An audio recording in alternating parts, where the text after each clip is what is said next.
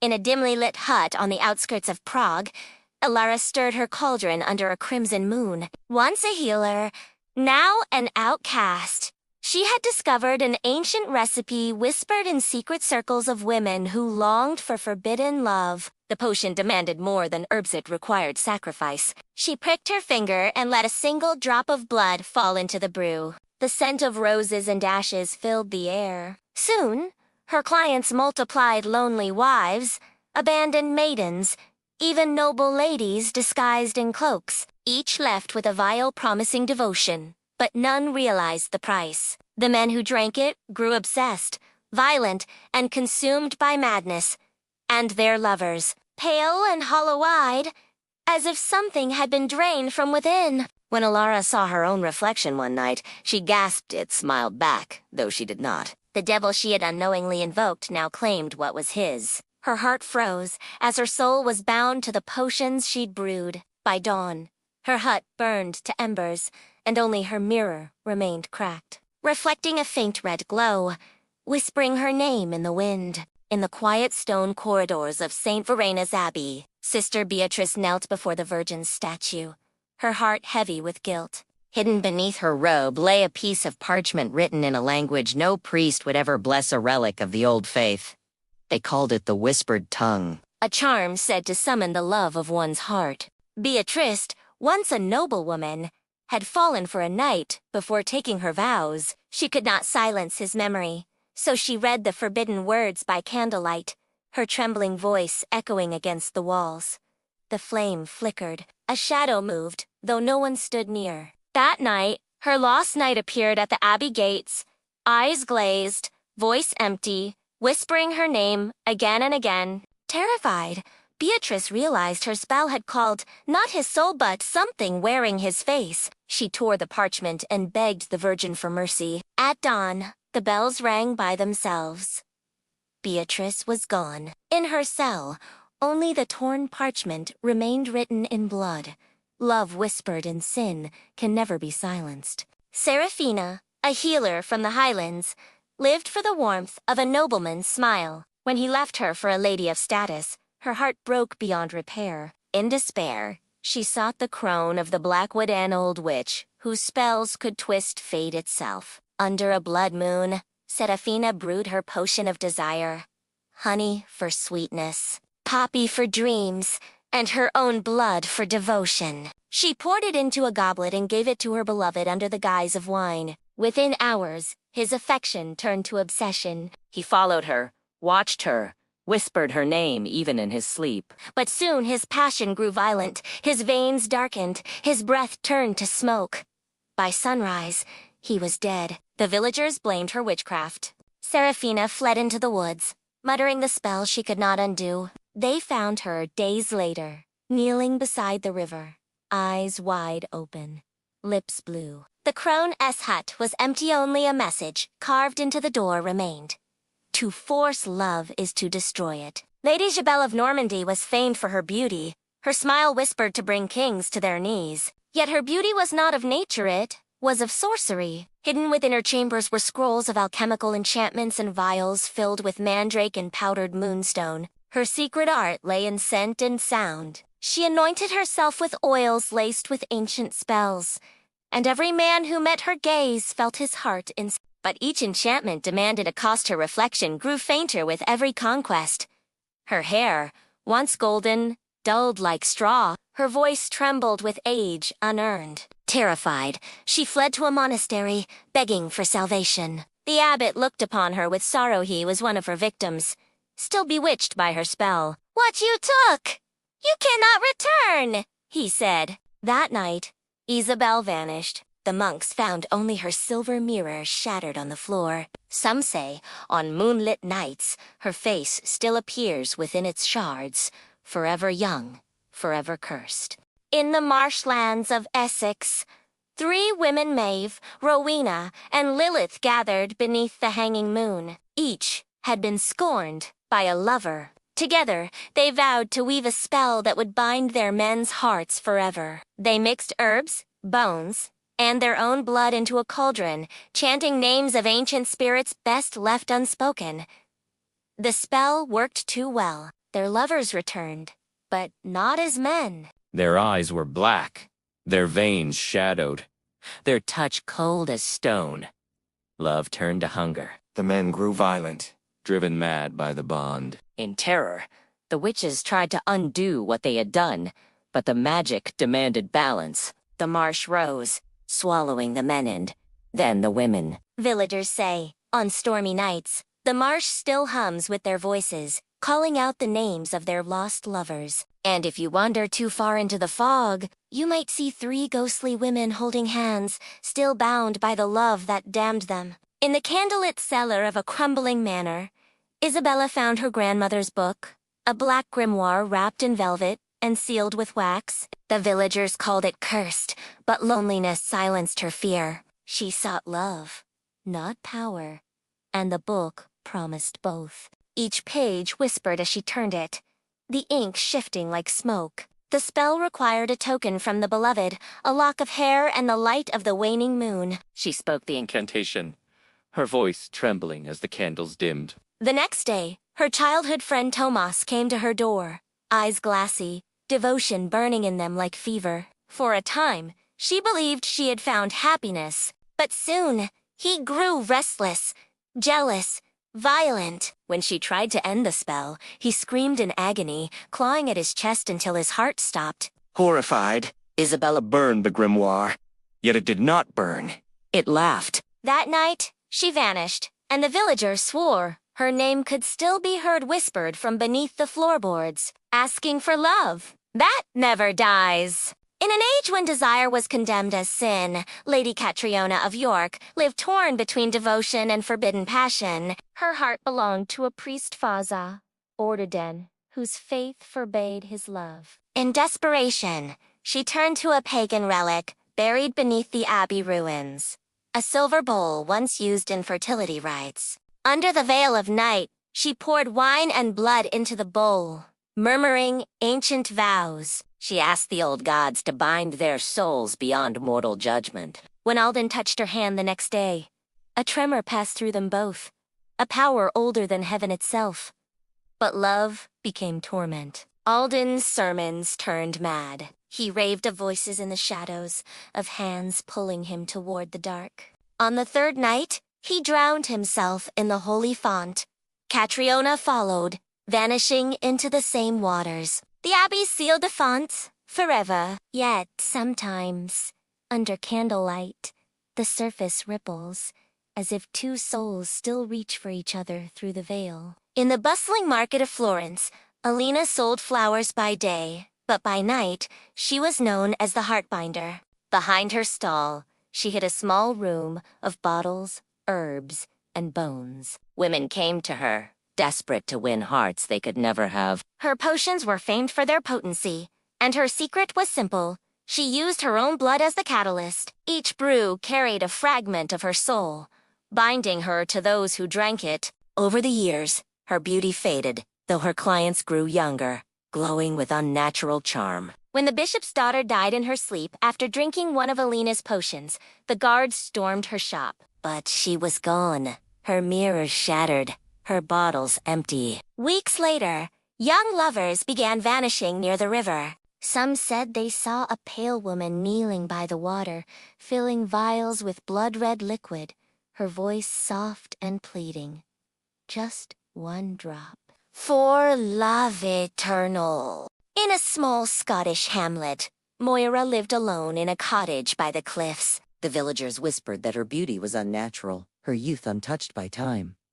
They were right. Years ago, she had fallen for a fisherman named Ewan, who loved another. In heartbreak, Moira sought the help of an ancient sea spirit, offering her heart for his love. The spirit accepted. Moira awoke the next morning to find Ewan at her door, eyes full of longing. For a year, they were inseparable, until he began wasting away, his strength draining as hers grew. On the final night, Ewan looked into her eyes and saw nothing but waves. He understood then that her love was not her own, but borrowed from the sea. When he died, Moira carried his body to the cliffs and leapt into the storm. The next morning, the tide brought only her empty locket ashore. Locals say, on misty nights, you can still hear her heartbeat beneath the crashing waves. Eleanor was a noblewoman with everything beauty, wealth, and status.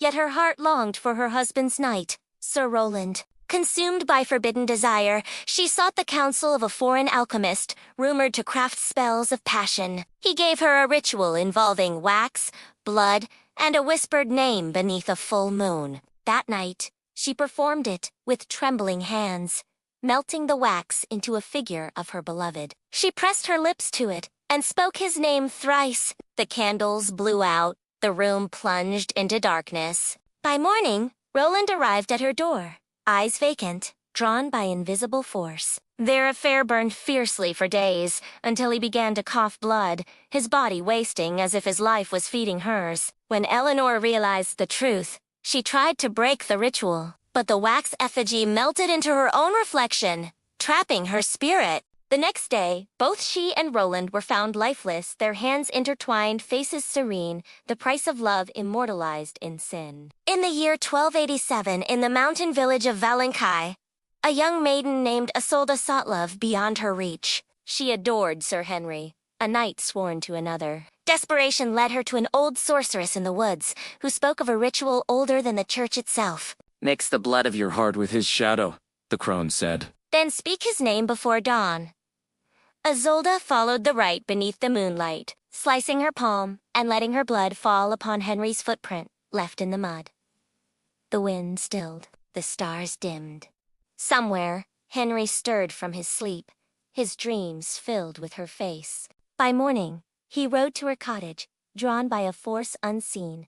But his eyes were black, his voice strange. They embraced, and in that touch, both hearts stopped beating. The villagers later found their bodies still entwined, lips frozen in an eternal kiss. The priest declared it the devil's work. But each year, on that same night, Lovers claimed to hear a woman's voice whisper through the valley. Love me. even in damnation, behind the stone walls of a castle in Normandy, servants often whispered about Lady Adeline the Duke's wife who never aged. While her husband fought in distant lands, she wandered the library at night, unlocking a door no one else dared open. Behind it lay books bound in human skin spellbooks from an age when women ruled through whispers and herbs. Adeline had discovered the Book of Crimson Veins, said to grant eternal beauty and undying affection. Each spell demanded the life force of another. She began with animals, then servants, and finally, her husband's squires. Her skin glowed as theirs withered. When the Duke finally returned, she greeted him radiant as ever. But that night, when he touched her, he felt no warmth, only ice. Realizing what she'd become, he sealed the chamber and prayed for her soul. Yet, on stormy nights, torches flicker in the tower window, and a woman's voice hums softly, turning the pages of a book that will never close. In a fishing village off the English coast, a widow named Agnes lived alone with her memories. Her husband had died at sea, and her loneliness grew heavier each year. One night, a sailor gave her an old charm carved with strange symbols, saying it could bring back what's lost. Desperate, Agnes followed the ritual. She buried the charm in salt and bone, Chanting her husband's name as the tide receded. The sea turned still, the air thick with the scent of brine and roses. The next morning, he returned spell, silent, dripping, seawater. His eyes glowed faintly blue. For weeks, he stayed by her side, wordless but tender. Yet at night, she awoke to find sand scattered across the floor, seaweed tangled in her bed, and the sound of waves echoing through the walls. One dawn, she followed him to the shore, where he walked into the sea without looking back. Agnes followed, unable to live without him. Fishermen still tell of a ghostly couple walking hand in hand through the mist, the sea forever whispering their names. Deep in the Carpathian forests, where the church's reach faded, a coven of 7 women met each full moon. They were young, beautiful, and cursed with loneliness. The eldest, Marta, taught them the ritual of Crimson Vauza, rite said to summon spirits that could grant love beyond mortal means. They drew circles of salt and ash, lighting candles of black tallow. Each wrote the name of the one they desired and burned it in a chalice, whispering, "Come to me," heart and soul. The forest shook, and a crimson mist rose. The next day, every man they had named appeared at their doors, hollow-eyed, bound by unseen chains. But passion turned to torment. The men grew weak, coughing blood, whispering strange tongues in their sleep. When dawn broke, the coven gathered once more. But only Murtaugh's voice could be heard crying as the others burned, their souls claimed by what they had summoned. The villagers still avoid that clearing, where the soil smells of ash and roses, and where sometimes laughter echoes soft and sorrowful. In the archives of an ancient monastery, a young scribe named Brother Lucian uncovered a forbidden manuscript, the Codex Amoris, a book said to contain the original rites of love magic. It spoke of herbs that could command affection and sigils that could bind souls. Though the church forbade it, Lucian copied its pages for a noblewoman, Lady Rosalind, who promised him gold and secrecy. Rosalind, trapped in a loveless marriage, performed the rituals under the new moon. She used her husband's hair, mixed with her own blood and Lucian's tears of guilt. For 7 nights, she chanted his name. On the 8th, her husband fell ill, feverish and trembling. He confessed undying. Love and then fell lifeless at her feet. In horror, Rosalind sought Lucian, but he had vanished. The monks burned the codex, but on certain nights, faint singing can be heard beneath the abbey floors, a man's voice and a woman's, bound forever by the magic the church tried to forget. In 13th century Venice, a young alchemist named Leora studied in secret. Women were forbidden to learn the arts of transmutation. Yet her obsession was not gold. It was love. She believed emotion could be distilled into elixirs, that longing itself could be transformed into devotion. She spent years perfecting her formula, powdered ruby for passion, crushed opal for memory, and a single tear shed under the full moon. When she drank her creation, she felt her heart ignite. And her beloved, a merchant's son, appeared at her door that same night, trembling as if drawn by invisible strings. For a time, their love burned brighter than the stars. But the alchemical bond was not pure. As his affection grew, his life faded, his veins shimmered like silver, his breath reeked of mercury. When he died, his eyes turned to glass. Horrified, Leora threw her remaining potion into the canals, yet the water glowed crimson for days. They say her spirit still wanders Venice's bridges, whispering to lovers, "Be careful what you try to perfect." In a remote convent high in the Pyrenees, Sister Evelyn guarded a secret chamber filled with relics confiscated from witches. Among them lay a silver dagger and a parchment titled The Rite of Two Souls. It promised eternal love if performed with faith unbroken. Evelyn's devotion faltered when she met a wandering knight, Tristan. She felt a warmth forbidden by her vows and, in desperation, performed the ritual under the chapel's moonlit window. With the dagger, she pricked her finger and his, binding their blood upon the altar.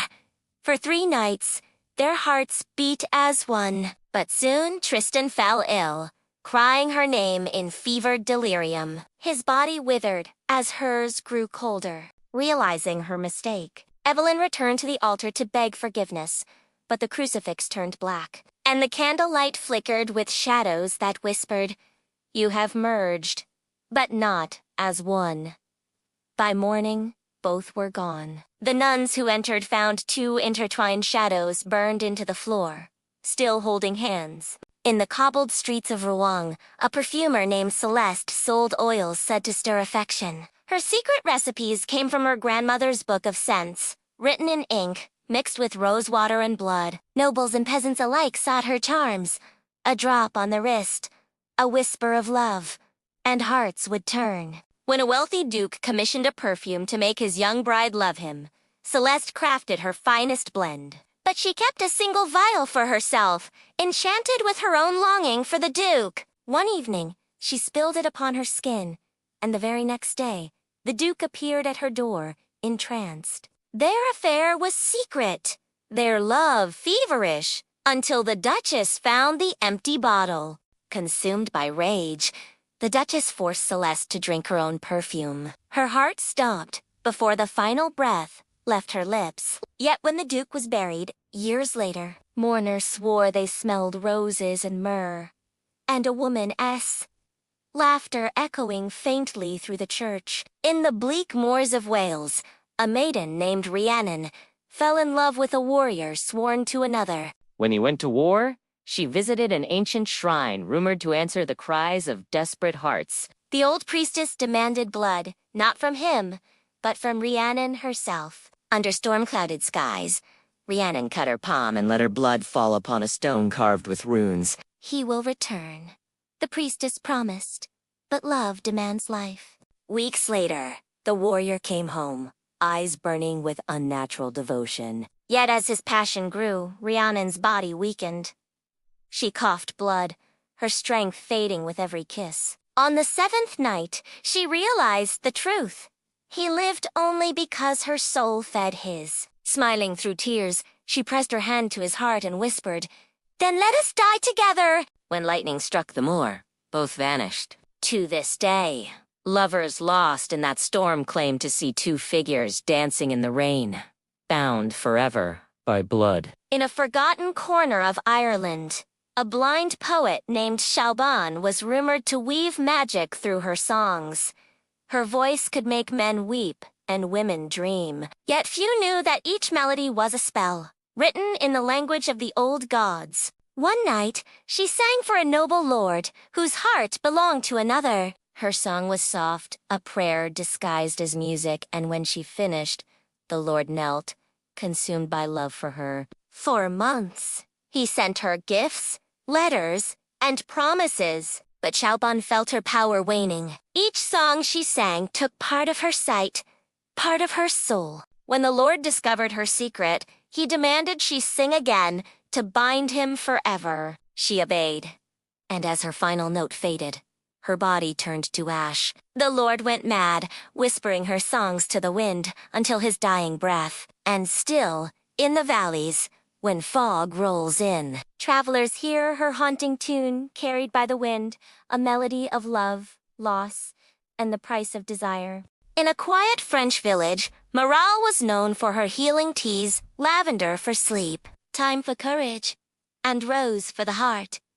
But one request changed everything. A young noblewoman, desperate for the affection of a cruel baron, begged Miralel for a potion that could make him love her. Reluctantly, Morel turned to her late mother's secret chest, where an ancient scroll described the draught of desire.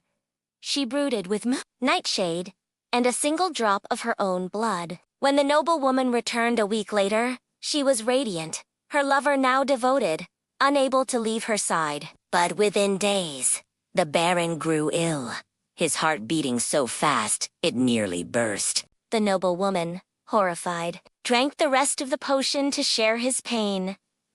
Both died before dawn, their hands locked together. Mireille buried the remaining herbs in the forest, but the ground refused to take them. Flowers grew overnight, black roses that reeked of sweetness and decay. No one dared pick them, for it was said those petals carried whispers of two hearts that still beat in the dark earth. In the monastery of St. Adrian, a young nun named Claire Capide, holy texts by day and unholy ones by night. Hidden between the psalms, she had discovered verses written in angelic script, a language believed to let mortals speak to spirits. One line captured her heart: "Name the one you love, and heaven shall hear." She wrote the name of the bishop's nephew, a scholar who visited often, upon the parchment, sealing it with her tears. That night, a light filled her cell, warm and tender. She heard his voice calling her name, though he slept miles away. Each night thereafter, he dreamed of her until he left his post and rode to the abbey gates, declaring his undying love. Their union was discovered within hours. Claire was sentenced to silence, her tongue branded for blasphemy. The scholar was sent to war. Years later, when the abbey burned, the monks found her manuscripts untouched by flame. The glowing letters spelled only one word: beloved. In the town of Verona, the widow Julia made her living as a fortune teller. Her clients came seeking charms for beauty, luck, or love, but the richest of them ask for more. Make him mine, they would whisper. Julia warned them that love could not be forced. Yet one evening, for a pouch of gold, She agreed. the ritual required a black candle, a strand of hair, and a secret wish spoken 3 times. The woman followed every step, and within a week, her lover returned, consumed with passion. But soon, he began to see Julia in every dream, calling her name instead of his lover's.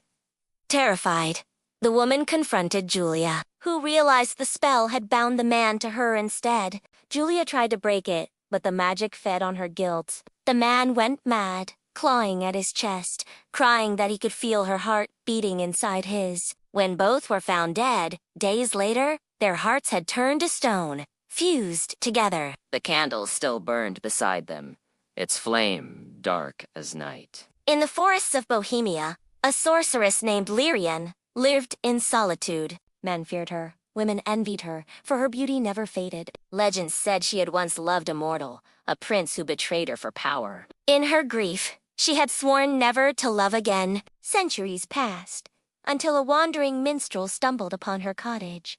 His songs melted her silence. His laughter warmed her curse. Against all reason, she loved once more. But love demanded price. The pact she made ages ago forbade her from giving her heart twice. The earth trembled as she defied it. When dawn came, the minstrel was gone, and Lyrian stood turned to stone, her hand outstretched, her eyes forever fixed toward the rising sun. The villagers say her statue still weeps when the moon is full, each tear turning to crystal in the grass. Those who collect them claim they hear music in the night, a melody of love unbroken by death. In a coastal abbey, Lady Eleanor secretly met a monk named Thomas. Their love was pure, yet forbidden. To protect him from discovery, she turned to a charm, said to conceal lovers' hearts from prying eyes, a ring etched with runes of shadow. Together, they swore to wear it until death. For months, their secret remained safe. But strange things began to happen. Mirrors clouded when they touched, and candles dimmed at their laughter. One evening, Thomas found the ring burning hot, the runes glowing crimson. The next morning, Eleanor's husband was found dead in his bed, his heart missing. Horrified, Eleanor tried to remove her ring, but it had fused to her flesh. Thomas vanished. Days later, his robes found beside the sea. The abbey fell silent about the scandal. But the villagers say that when the tide is low, 2 rings lie glimmering beneath the waves, cursed, yet still entwined.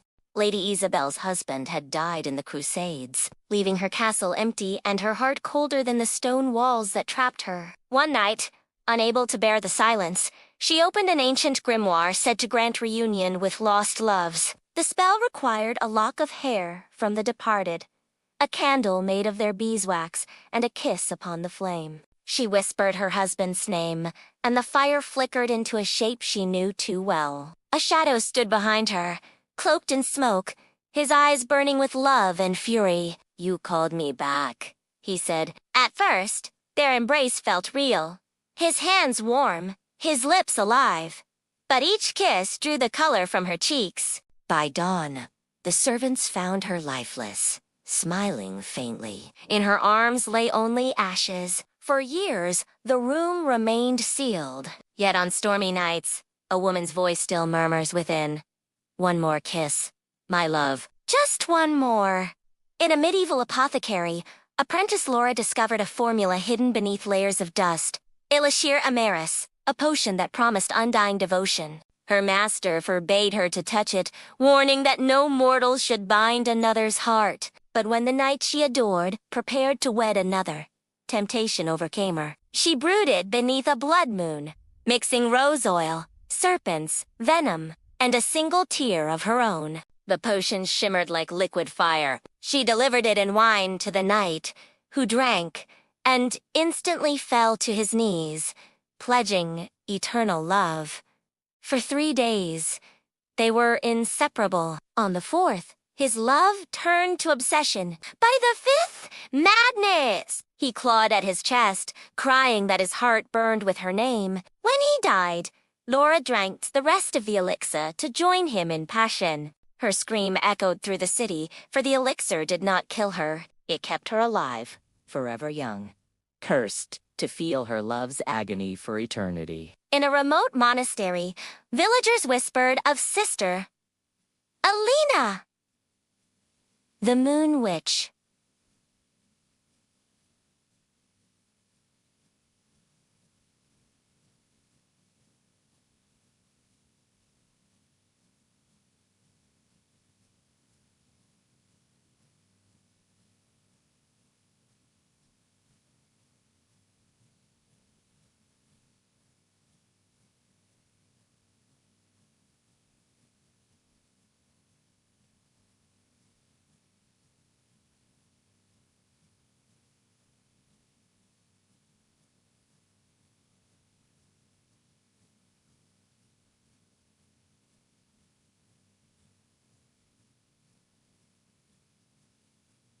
Vinicius? She was seen praying on the cliffs, her hands lifted to the blood-red sky. She prayed not to God, but to a fallen angel who had once loved her in another life. On the eve of the crimson moon, she performed her final rite, a circle of salt, 3 drops of her blood, and a vow to forsake heaven. The wind howled as the angel appeared radiant, terrible, and weeping. "You were never meant to call me," he said.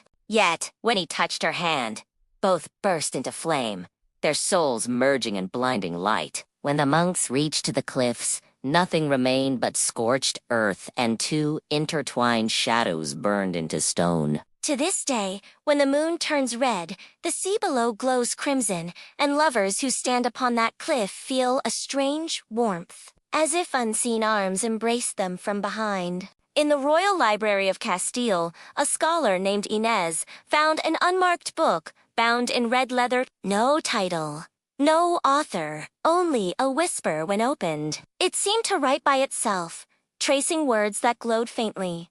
"Write the name of your beloved, and destiny shall obey." At first, Inez dismissed it, but when her forbidden love, the Queen's own advisor, ignored her, she gave in. She wrote his name and the words, "He shall love me forever." The next day, he came to her chambers, eyes hollow but devoted. His every breath worshipped her, his every thought consumed by her name. Days passed, and his health decayed. He refused food, rest, and prayer, only repeating her name until his heart stopped. Inez, terrified, tried to burn the book, but it screamed as the fire consumed it. The ashes spelled her name. That night, her bed burst into flame. The next morning, both were gone, but a new red book appeared on the library shelf, waiting for another name. Queen Marguerite ruled a lonely kingdom after her husband's death in war. Every night, she visited the chapel, begging the saints to return him. "But no," Saint answered. "Only a ghost did." His spirit appeared by the altar, whispering her name. His touch as cold as moonlight. Unable to resist, she sought a necromancer, who gave her a charm woven with silver and bone. "Wear this," he warned, "and he will walk beside you, but not for long." The charm worked. Her beloved's ghosts followed her everywhere, unseen by all but her. She dined with him, danced with him, even shared her bed. But the longer he stayed, the colder the castle grew. Servants froze in their sleep.